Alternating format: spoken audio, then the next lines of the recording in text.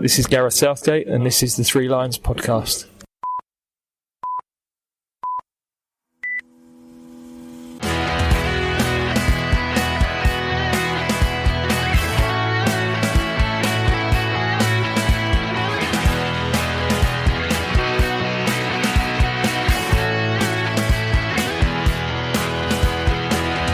Hello and welcome to the Three Lions podcast. My name is Russell Osborne and this is an independent England football supporters podcast. I hope you're good.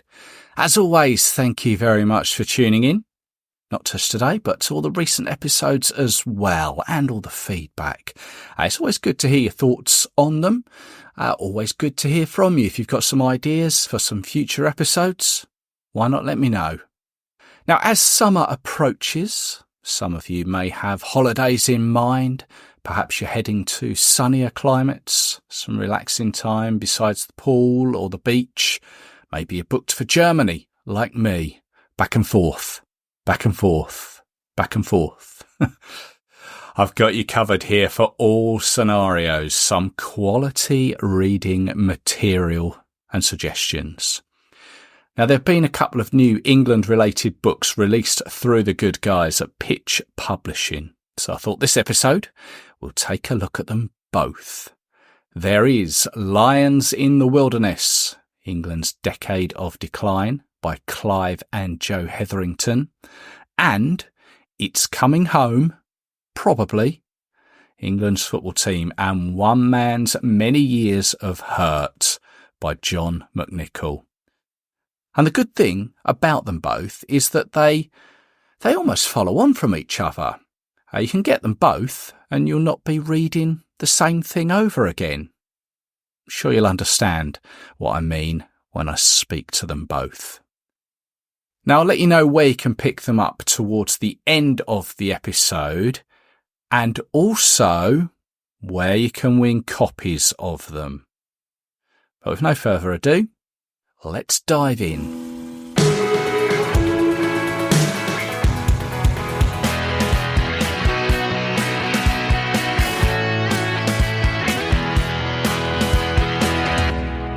Now it's my pleasure to welcome to the Three Lions podcast, freelance sports journalist Clive Hetherington, author of the new book, Lions in the Wilderness, England's Decade of Decline. Clive, hello there.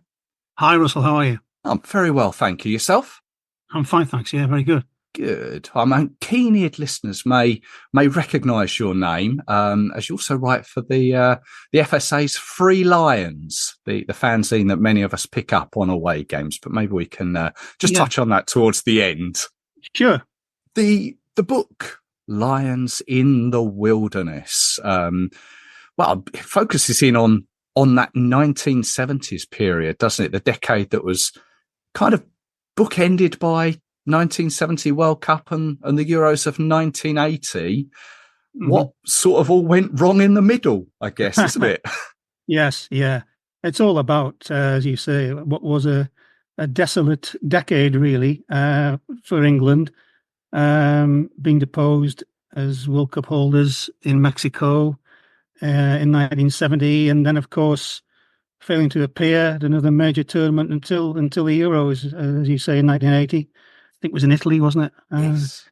I've been thinking of doing a book. I'm a first-time author. I should stress I'm the co-author of this book with my son Joe, right? Who, like me, contributes to Free Lions. Joe is an English language graduate. He's also done a couple of film novelizations. So it was a joint idea. I had been thinking of doing a book on the 1970s, which for me was a sort of formative time as a football follower. Was when I got into football, started watching football, and the 1970 World Cup was my earliest memory, really. I still have some very vivid memories of the 1970 World Cup, collecting all these stickers and coins and all the rest of it. It was a time that for obvious reasons always interested me in football. And Joe was very keen to do the book with me. The idea sort of germinated really during lockdown, I think, and we got to work on it in sort of the middle of 2021. And yes, we think it's come together pretty well, really. Yeah. I mean, was it easy or working with your son or hard? Well, we had a few differences of opinion at times, shall we say? Yeah. But no, it was good. It was, as I say, it was a new experience for me doing a book. I had thought about doing a book for a long time. It is obviously something that you have to devote your time to. The research takes up obviously a considerable amount of time, and it was an interesting process. It was, as I say, something new. But also, along the way, thrown up a lot of interesting little anecdotes. I've spoken to a few people, obviously. Malcolm MacDonald has done the foreword for the book. I've known Malcolm for many years. He very kindly did the foreword and also effectively supplied a chapter for the book, really talking about his 5 goals for England in 1975 against Cyprus in the European Championship qualifier at Wembley.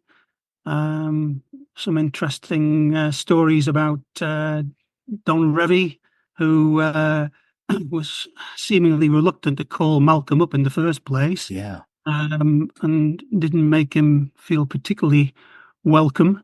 But Malcolm obviously answered him with that nap hand of goals. As I say, I've had some help from people in football who've were happy to speak to me, give me that time. Malcolm was one, obviously. I also spoke to Brian Pop Robson. Oh yes, who played, like Malcolm, played for Newcastle. Left Newcastle before Malcolm came, of course. But spoke to Pop, who didn't play for England, unfortunately. Should have done, and I think, in the opinion of most people. Jimmy Greaves said that he was the best striker never to play for England. Right. Pop. Spoke to Pop for his insight on Ron Greenwood, because obviously Pop played under him at West Ham. And also spoke to David Mills, who played for Middlesbrough and West Brom and Newcastle, among others. David, of course, was the first £500,000 signing by a British club when he moved to West Brom from Middlesbrough in 1979. And I spoke to David about Harold Shepherdson, who was Sir Alf Ramsey's right-hand man in 1966, when we won the World Cup, obviously, and stayed with England. I think he worked with England for about 17 years. Yeah, he was certainly in there part of the backroom staff, and stayed right through until 1974. Yeah, quite a while. When Joe Mercer stepped down as caretaker before Revie came in. Yeah, that's plenty crammed in within the pages here. What do you think went wrong in the 1970s for England? Is there one main thing, or is it a combination of a lot of things? I think it's very I know, so to squeeze it all in a short conversation. Yeah, I think it's very difficult to pinpoint. It's a bit of a mystery, I think. I think you would have imagined that Don Revie would have been the ideal long-term replacement, given his track record at Leeds. Yeah. For Ramsey. But obviously it didn't work out that way, and he left under a cloud, went to the UAE. It's difficult to pinpoint. We've done a chapter actually called Famine and the Feast, which contrasts the struggles of the England team in the 1970s with the successes of English clubs in Europe. It's a bit of a curiosity. It was a great time for English clubs in Europe. Yeah. But not for the national side. I mean, obviously Liverpool won back-to-back European Cups in 77 and 78, and Forest in 79 as well, of course, in 80, won the European Cup as well. But it's a strange one. I think in some ways, and it's something that Joe and I touched on, I think England in many ways had an embarrassment of riches. There were huge number of talented players around, and I think at times, certainly with Revie and even with Ramsey to some extent, I think it was difficult for them to know which way to turn.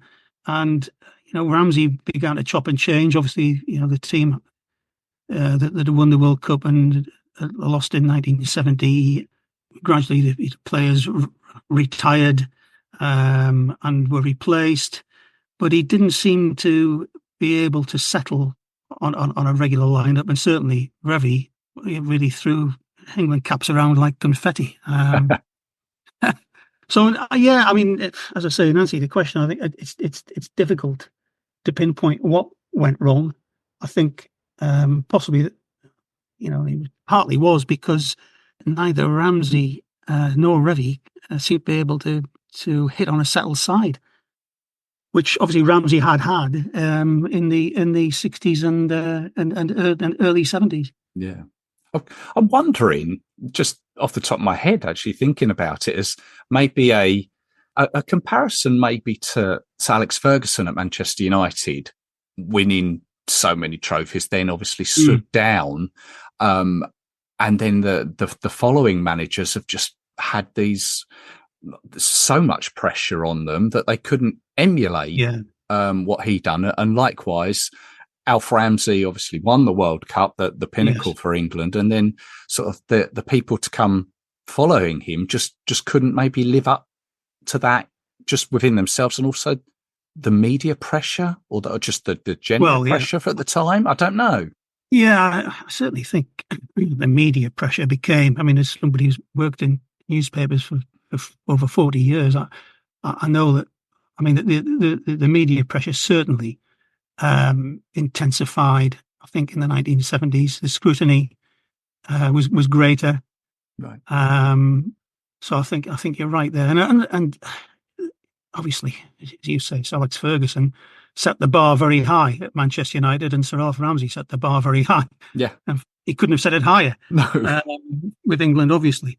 So again, yes, I think you're right. I think in many ways, Ramsey was a very hard, if not impossible, act to follow, and I think that's proved to be the case at Manchester United. Certainly, I think Sir Alex. I still think that perhaps they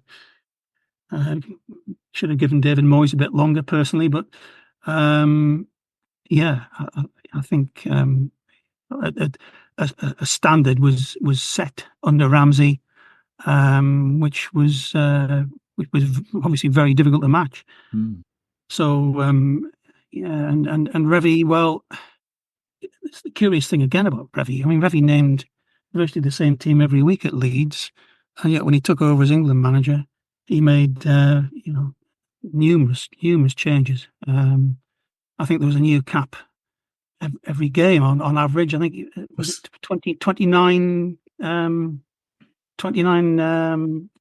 caps, 29 new caps, was it? Really? Yeah.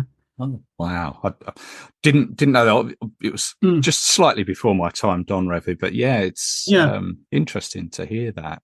I mean, whilst it was a bleak time on the pitch for England, obviously not qualifying for the Euros, the World Cups at the time, there were some positives, though, wasn't there? Yeah. I mean, we've done a chapter actually in the book, which took. As I've already said, we've done a chapter called "Famine and the Feast," which talks about the successes of English clubs in Europe. We've also done a chapter which is titled "Hit Men and Mavericks," which is about the great strikers and flair players and characters who played for England in the 1970s. There were a lot of entertainers. Yeah. And England, at times were very good to watch. At times they weren't very good to watch, obviously. But one game that still sticks in my mind, obviously, is the game against Poland in '73. How they didn't win that match, nobody will ever know. If anybody's ever sat and watched that game, I remember watching it as a child. The chances they had that night, the football they played that, and they played some great football that night. The chances they had were in an absolute abundance, and how they didn't win the game. And obviously they ended up failing to qualify for the '74 World Cup. How they didn't win the game is again another one of football's great mysteries. It was a night of agony, really. That was the game. Didn't Brian Clough call the goalkeeper a clown? Was that one? Yes, yeah, Tomaszewski. Yeah, that's right. He was unconventional, certainly, and but he did actually at the same time. Although he made some very unorthodox saves, he also made a few brilliant saves as well. Right. To be fair to him, just doing his job. Just doing his job. He certainly did his job. Yeah. Now, one player of the time was Viv Anderson. Broke down some barriers, didn't he? Yeah, I was going to come to that. Yeah, we've done a chapter on the emergence of black players, and obviously Viv, who I had some dealings with when he was up here at Middlesbrough, with Brian Robson, the other Brian Robson. Viv obviously became the first black player to win a senior England cap. It was a real trailblazer. And Laurie Cunningham gets a mention as well, the late Laurie Cunningham, who David Mills played with briefly at West Brom. So it was a decade of change, and obviously change for the positive, with so many good young black players emerging. Yeah, something now that sort of almost bizarre to look back on, that how that was then and to what we know now. Viv Anderson coming in was great for the English game. I should also mention, actually, talking about people I've spoken to. I spoke to Terry McDermott, and also the late Gordon McQueen. Spoke to Terry to talk about Ron Greenwood's time, and I spoke to Gordon, who sadly died recently, about the Great England-Scotland games, which were a huge feature of the 1970s, obviously, the home international championships. Just to get a Scottish perspective on those games, Gordon famously scored for Scotland at Wembley in 1977 when they won 2-1, and the Tartan Army celebrated by pulling down the crossbars and digging up the turf. It was some ways a repeat of what had happened before in the 1960s. So I also, as I say, I should mention Terry and, as I say, Gordon, who also kindly spoke to me. Yeah. Well, lots crammed within the book, Lions in the Wilderness. Say a decade where England didn't really do particularly well. Obviously, times now are very much different, and we're qualifying for tournaments on a regular basis. What are your thoughts ahead of the upcoming European Championships? I thought you might ask me that. Yes. Well, I would like to say it's coming home, but if my head is going to rule my heart, I can see them getting to the quarters or the semis, but it's probably down to a bit of past experience, but I just think we will fall short again, sadly. I hope I'm wrong, obviously, but I just think that, the quarters or the semis is probably where we'll be bowing out again. I think we could face Italy in the quarters. Now, we have beaten Italy a couple of times lately. So, and then I think there's also a possibility of us facing France after that, isn't there? I believe so. Like if it goes to plan in the is it semi-final? In the semis, yeah. Yeah. So, well, yeah. I mean, it's an exciting young team, isn't it? Absolutely, yes. Yeah. And it would be great to see them go all the way. But if you want my honest opinion, I just think that we'll fall short again, I'm afraid. Fair enough. Tell us a little bit about Three Lions and how you came to be involved in that, because I'll always pick it up when I'm away from home. What's the last? Would have been the last one was North Macedonia, I think, where I read you there. Do you go to the games yourself as well? I don't know. I've been working for the FSA for Free Lions for 11. I've been doing it for 11 years now. Right. I took over from a former colleague of mine who worked for the Sunday Mirror, Brian McNally, who had done it for many years. I was approached by Kevin Miles, yes, the chief executive of the Football Supporters Association, to do it. I've known Kevin a long time. Big Newcastle fan, obviously, Kevin. So I started working for them in 2013, and then I brought Joe in to do a bit as well. He's done the odd feature, a few features, and also writes the key three on the opposition. We've sort of kept it in the family there. Yeah. I've been doing it for 11 years, but I don't go. No, I basically cover the games off TV. Right. Yep. So yes, I've enjoyed doing that. As I say, for over a decade, and I'll be doing it again this summer. Of course, yeah. Watching from afar. Yeah. Will you be out there? Yes, I'll be going there. I thought you might be. Yeah. Well, it's always a good read. I can give you that. I do enjoy reading the Three Lions. And as is the book Lions in the Wilderness. John, just let us know where we can pick up a copy of that. Yeah, well, as they say, from all good booksellers. It's obviously it's on Amazon. The ebook is already on Kindle edition. I must just say quick thanks to Paul Camillan and the team at Pitch as well for commissioning the book. Yeah, it's, as I say, it's available at all good booksellers. Great stuff. Well, I wish you all the very best with it.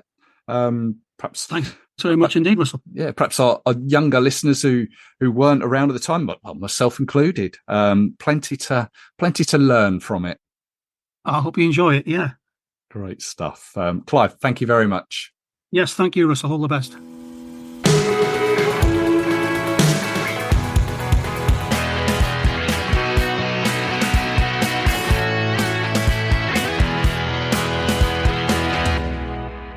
Wonderful to speak with Clive there, all about his book, Lions in the Wilderness. Now we're going to move on. Skip a decade. The 80s, pretend it never happened, and rejoin our England journey at the beginning of the 90s and make our way to the present day. As I'm pleased to be joined by John McNicoll, author of An Ode to 442 and An Ode to the Chosen Few. Now, his latest publication is It's Coming Home, probably, the England football team, and one man's many years of hurt, something I think many of us can relate to. John, hello there. How are we? You all right? I'm very well, thank you. Yourself? Yeah, good. Cheers. Thanks for having me on. No, you're more than welcome. It's coming home, hopefully, or probably. Yeah, exactly. I mean, look, it's the hope that kills you, so they say. Oh, doesn't it just? Yeah, how many times have we been there? Yeah, and we get to do it all again in another couple of weeks. Yes, you're right. I mean, it's the build-up is always... I love the build-up to a tournament, and obviously I love the tournament, but I don't know if there's like a difference between that feeling of build-up. Like it's almost like getting to Christmas, isn't it? It is. It's a fantastic sort of the lead-up the couple of weeks up until the first match, the opening day, and then you're in it, and That's then you're right. just consumed by it until the sort of final whistle in the final. Regardless of England's progress, I always tend to think that sometimes if we don't go as far as what we would intend to, I still find that I'm watching kicking every ball. Do you know what I mean? Yeah. We're always you can't tear yourself away from it once the final comes round, and even if we're not in it, you always kind of look at it and go, we could have got to the final via that team, or we could have beaten them in this final. It's always the way like that, you think, isn't it? Yeah, that's it. Well, like I say, it's the hope that kills you, and we wouldn't have it any other way as England fans, I don't think. No, I think you're right. So the book, it's coming home, probably England football team and one man's many years of hurt. How did this all come about? Well, first book I wrote about was about teams. Second one was about players, and I sort of didn't really know where to go from there. So sort of thumbed around with a few ideas, and then I started writing an article for a website, and it was just about getting into football. Like how did you get into football? And that year, 1990, I was 10 years old, and it was really when my love for football sort of started, and that was obviously helped with the whole sort of Italia 90, because sort of everyone, I just remember everyone at the time, because football wasn't on the telly as much as what it is now. No. So seeing England on the TV going through the tournament, like everyone sort of got swept up in it, and obviously it helped get into the semi-final, and sort of in some ways the eventuality of the penalty shootout defeat sort of brought everyone sort of back together, because people were sort of falling out of love with the national team. And so it sort of give it a little bit of a kickstart going into sort of like the next decade, so to speak. Yeah, I think you're right. And as I think we're quite similar in our age there. Yeah, 1990 was that sort of first World Cup that I really remember. I think we kind of look at it through rose-tinted glasses, don't we? Because whilst obviously we got to the semi-final, it wasn't the best of tournaments, really, was it? No, with regards to goals and that. I think it's hasn't it been voted? I think that and South Africa 2010 have been voted like the two worst World Cups sort of in modern sort of history, and it also culminated in the abolition of the back pass rule, Right? Yeah. because people in 90 were just so sick of the continuous time wasting, and just teams going 1-0 up and then just playing it round the back and chipping it back to the goalkeeper. So I think Italia 90, correct me if I'm wrong, might have been the end of the back pass rule for international tournaments. But yeah, it was very down. It was a very low scoring World Cup as well, if I remember. Yeah. Across the board. So I mean, obviously we've seen a lot better quality over the years, but I don't know. Yeah, like I say, it just at that time, I think getting to that semi-final and they weren't really fancied at the start of the tournament, and obviously getting that far sort of brought everyone together, and sort of Bobby Robson's swan song as well, which probably helped. What's your research into it? I mean, did you have to sort of trawling back through YouTube and various sort of news websites, news articles? Yeah, so basically, I wrote a list of every 2 years from Italia 90 up to Qatar 2022. So obviously, so it just alternates World Cup, European Championships every 2 years, and then just literally started going through like the qualification process. So yeah, YouTube. I mean, luckily enough, you can just about get enough quality back at 1990 on YouTube. Sort of anything before then, and it starts getting a little bit It's sketchy, harder. Yeah, it's a little bit harder to find, and same as like sort of newspaper articles and things, because obviously the internet weren't around and sort of much before sort of the late 90s. So anything sort of pre-2000 newspaper article wise is quite tough. I joined the British newspaper like a archive Oh, yeah. So paid a monthly subscription and then just sort of trawled through trying to find articles for sort of like the dates after games to see what the papers would have said and things like that. So yeah, it was a lot tougher. The first sort of few chapters were definitely a lot tougher than the last few. That's a dead cert. Yeah, yeah. I mean, don't realise now, or maybe the kids nowadays don't realise how easy that they've got it with all like sort of information to hand. Sort of back in my day, it's like go find an encyclopedia or something. Yeah, exactly. I mean, it's incredible how easy it is, and you can get yourself into a bit of a wormhole because you will be looking for sort of David Platt's volley against Belgium in 1990, and before you know it, you're watching David Platt's top 30 goals at Sampdoria or whatever. Do you know what I mean? And Yeah. it is, yeah. So it does sort of lead on to, but you do find some real gems that are sort of off the beaten track as well. So it does has its advantages. But yeah, that's the writing of the book itself is relatively the easy part. It's the like I say, the research, the trawling through the archives and the articles and the videos to try and find out, right, you know, is this worth putting in to people, because, you know, you're generally writing something that people know, like you say, you know, the outcome of the story. So, Yes. you know, so you've got to try and make it a little bit more exciting and try and, like I say, lead people off the beaten track of what they know already. Yeah. Go on. Well, I don't want to give too much away from the book because obviously I want people to go and buy it and read it themselves. But go on, give us one of those gems that you sort of uncovered in doing your research. Well, I was lucky enough to interview Darren Anderton. Oh, yeah. And I thought that was fantastic because, you know, he took time out of his busy schedule because he lives in America now. So, and he was very sort of open about his sort of England time. And obviously there's the interviews in the book, so people can get to sort of read that.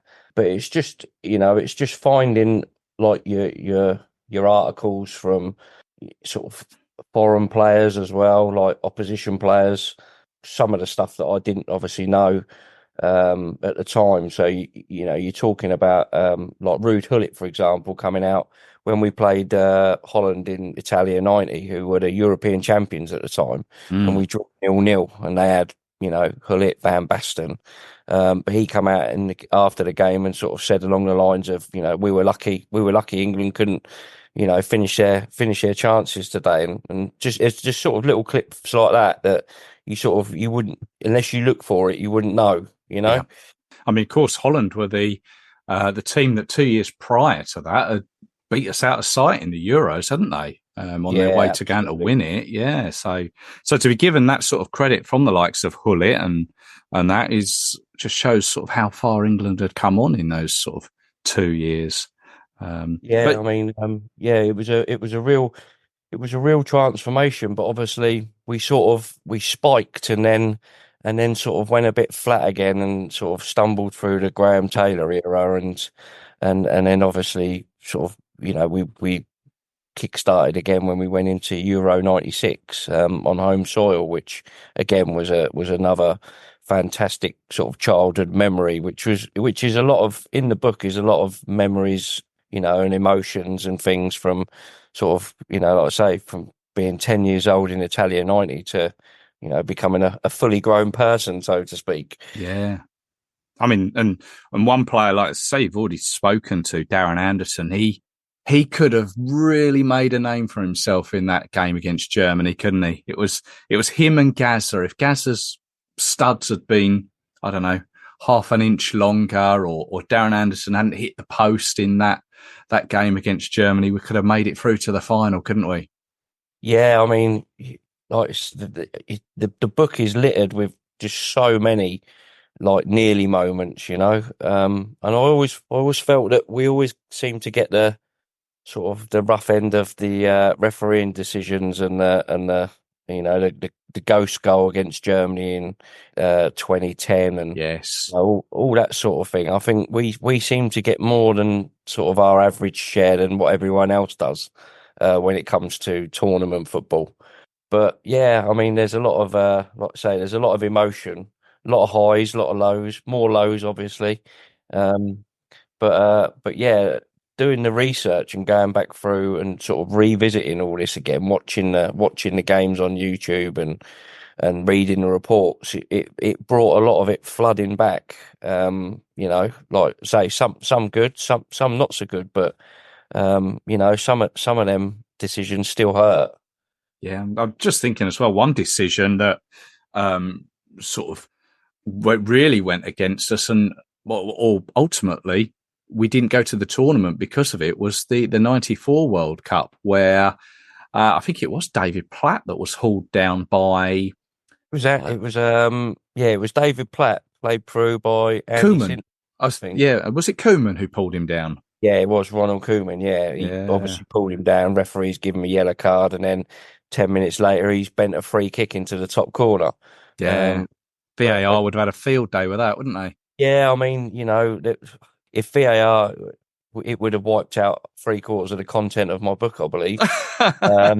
Because like I say, there were so many decisions that it would have gone the other way, or well, you would have thought so. Who knows with VAR? Yeah, but no, yeah. So I mean, they did us at Wembley as well because Gascoigne got elbowed. We were 2-0 up in the home game, and Gascoigne got elbowed in the face, broke his cheekbone, had to go off at half time, and he was absolutely running the show. right. And it was a sort of off the ball moment that sort of didn't get picked up. And then obviously we ended up drawing 2-2, and then sort of like I say, we went over there needing to not lose, and then Ronald Koeman did us dirty. Did. Yes, yeah, I remember that. I remember that as a kid.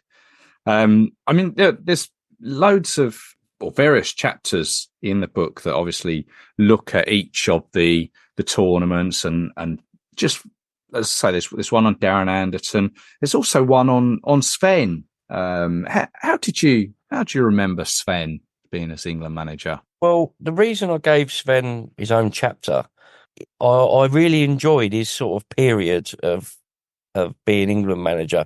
Yeah. It obviously, like all managers at all levels, when it gets towards the end, it starts becoming a little bit stale and a bit, it just doesn't. It's not as fun as what it was. But I mean that night in Germany when we won 5-1, is one of my best times being an England fan. I thought, absolutely unbelievable, and probably arguably our best away performance in history. I think you'd be hard pushed to find a different one. Yeah, I mean, and obviously, he was first foreign manager to come over and take the reins.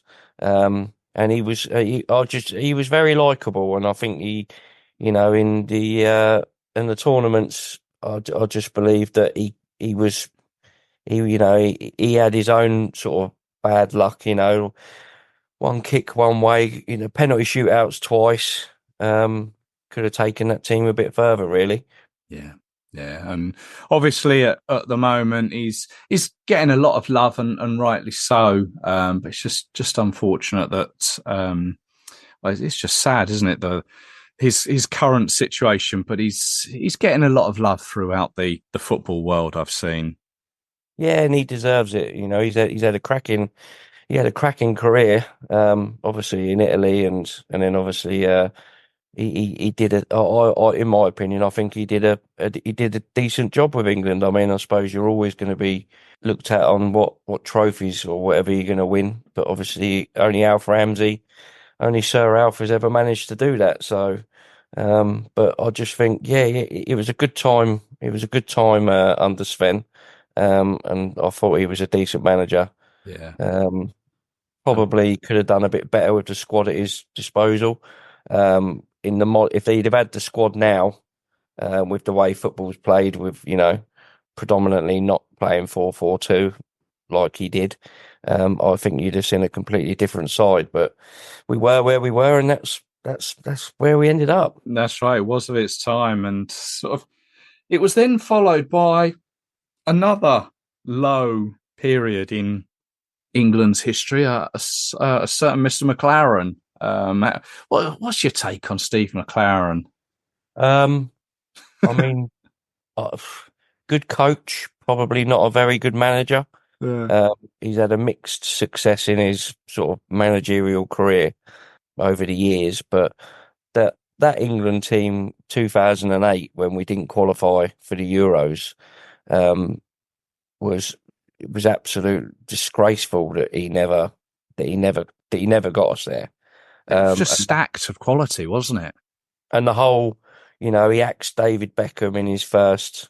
As soon as he got appointed, he took Beckham out. Said, and then at the end of qualification, he was bringing him back in. So he sort of undermined himself straight away. But yeah, it was it was, even though it was sort of towards the end of what they were called the golden generation, there was still more than enough to beat Croatia to qualify out of that group. It was sacrilege that they didn't get there. We go through from there. Fabio Capello, Roy Hodgson, Sam Allardyce as well. He's got a tiny little piece, Sam, in the book, and then we sort of get to the current crop and Gareth Southgate. Do you think that's? I mean, it's clearly where it's sort of all turned now. It's just a totally different England side when you look back through the years that you've written about. What's your take on Gareth? He's not for me. No, okay. No, he's not for me. I think he's too cautious. I think both times when we led against Croatia in the semi-final of the World Cup, when we went 1-0 up, and we sat back, and then when they equalised and we went to extra time, he just never looked like we had a plan B that was going to get us back in front. And it was exactly the same I found against Italy in the Euro 2020 final. We went 1-0 up in the second minute, great, and then just all of a sudden we were just penned back for 85 minutes on our 18-yard box, and you're thinking we've got all these good players. But no, it's like, in my opinion, I think we've probably got one of the best England sides in my lifetime, but probably one of the worst England managers. I think if we'd have had someone else, Sven, Fabio, with the way, like you say, with the way modern football is now, with the the three in midfield and three up front and all that, I think it would have been such a different side. But again, he's obviously got results, and he's got to the killer parts in tournaments, and then just not quite being able to still get us there. Same as France. Harry Kane scores that penalty, goes to extra time, and then it's probably a lottery of a penalty shootout again. But he just lacks that conviction of just the killer instinct.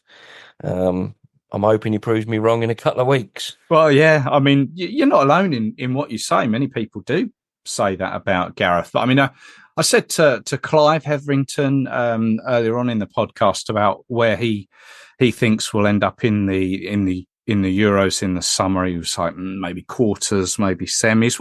What's your take on the tournament for the summer? How do you think we'll do? I think I think the Euros is a lot tougher than the World Cup. Yeah, because I think the European teams on a whole are a lot stronger than at the World Cup. You'll have a couple of South American teams and a couple of African teams, and sort of one, like a Japanese team or Korea, etc. So I always think the European sides on the whole are obviously stronger. But they can't all qualify for the World Cup because they only have so many spaces. So, so I think it's tough. I mean, France, they're just such a good side. And you never know what you're going to get with Spain. Germany on home soil, you've got to be looking at them to get to sort of last four. So it's going to be tough. And I haven't really done my research on, if we finish first, who do we get in the next round? So I've been a bit lazy in that respect because I'm trying to just wind down the regular football season. So yeah. But I mean, a stab in the dark, you'd say you've got to be getting quarterfinals because that's just qualification, and one more game. So, but with the team we've got, you've got to be realistic and saying we should be there or thereabouts, really. I think if we only get to the quarters, I think it would be a bit of a disaster. We've got arguably the best striker in the world, number 9 in the world at the moment, in Harry Kane. We've got Jude Bellingham, who's absolutely doing the business at Real Madrid. My only concern at the moment is we don't seem to have central defenders because John Stones and Harry Maguire both can't stay fit. Yes, yeah, I think that's my main point of concern is the defence and the back line. I've got every faith in everywhere else on the pitch, but it's just if there's a player that's injured in that back line, then whoever comes in to replace it just sort of messes up that cohesion of that sort of back lineup that's been together for quite some time, really. So, yeah, that's my concern as well. Going back to the book, what was your favourite part to research? What brought back the most memories? Well, Italia 90, obviously, as I say, that was my sort of the start, and I really liked that one. But I also enjoyed obviously Euro 96 because it was close to home. But 2002 was a good one as well. I like the World Cup that was in Japan and Korea. Yeah. When we lost in the quarterfinal to Brazil. Like I say, it's emotion from sort of the time. I remember sitting in the pub crying when Ronaldinho whipped one over Seaman's head from 40 yards. At 10 o'clock in the morning because that's when things were played at the time. But yeah, so because there's, I don't know if you're like me, but one of the tournaments I absolutely despised. I didn't like anything about it from the first minute was the World Cup in 2010 in South Africa. Right. I just thought it was a horrendous tournament. Couldn't get into it, and England obviously didn't play that well, so didn't really. And then sort of a couple of tournaments after that when Hodgson took over. So sort of 2012, 2014, it was just sort of one bit disastrous after another. Sort of had sort of 4 to 6 years of the team becoming old, and then a lot of youngsters coming in that were inexperienced. So so them sort of tournaments were sort of you watch the videos back and you'd sort of erase them from the memory banks because.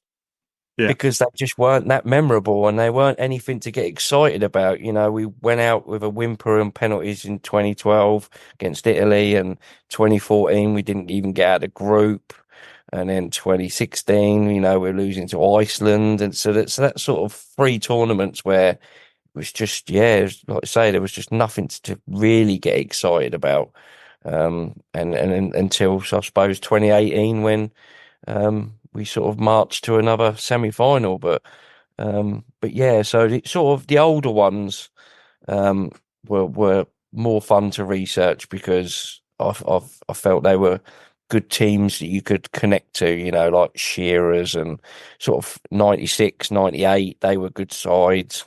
So things like that, really, sort of older, and then there's a little gap, and then you fill the gap again with another team you relate to. And then there's another gap. So that's how I found my support in England. No, I think it's something that many of us as England fans can relate to. And the book, well, it will bring it all home to us. And it will hopefully come home for us. Just tell us where we can get the book from. So it's available on Amazon, WH Smith's, Waterstones. So yeah, all available direct from Pitch Publishing. And am I right in saying you're on social media with it, aren't you? Yeah, I'm on X. Yeah, so my handle is at the Wishy Man 80, and the book handle is at It's Coming Home BK. So you can find it on there, and obviously the links are there if people want to click on it. Lovely, John. I wish you all the very best with the book, and yeah, let's hope that it does come home. Absolutely. Cheers, Russell. Thanks for having me.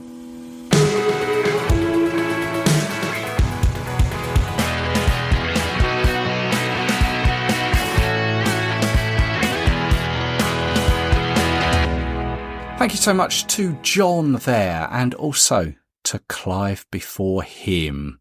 So just to recap, Clive and Joe Hetherington together wrote Lions in the Wilderness, England's Decade of Decline, and John McNicoll there, who wrote It's Coming Home, Probably.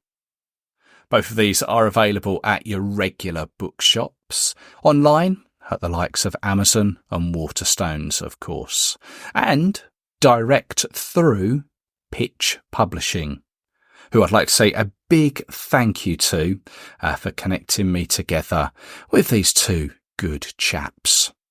I said at the very beginning of this episode you can win a copy of each of these books. Both have kindly donated a copy to Block 109's monthly draw as a prize. Every month, the 109 supporters group have a draw where you can win a cash prize and also some extra goodies. It costs £5 a month to be part of. All the proceeds go towards charitable causes where England are playing. To date, they have raised and donated over £6,000, which is superb. It's not just money either. In the past, they've donated books, sporting equipment to schools, defibrillators to various places too. They are so important, defibrillators. So if you are on Twitter, seek them out at England Block 109, or there is the website block109.co.uk. There it will give you a little more of an insight. And I wish you all the best of luck. A couple of great books. They could be yours. And as the saying goes, you've got to be in it to win it. Thank you very much for listening. I hope you've enjoyed it. Don't forget, you can follow the show on social media. Just search Three Lions Podcast. Give it a like or a follow. And then there is the Ko-fi account, should you want to help with the ongoing hosting costs for the podcast. Ko-fi.com/Three Lions Podcast. ko-fi.com/Three Lions Podcast. Thank you so much if you've done that already. You know it, the Euros, they're getting ever closer. Don't forget, we've got those warm-up games against Bosnia and Iceland to come. I'll be doing a preview for that very soon. I hope you can join me for it. So until then, take care of yourselves. Cheers.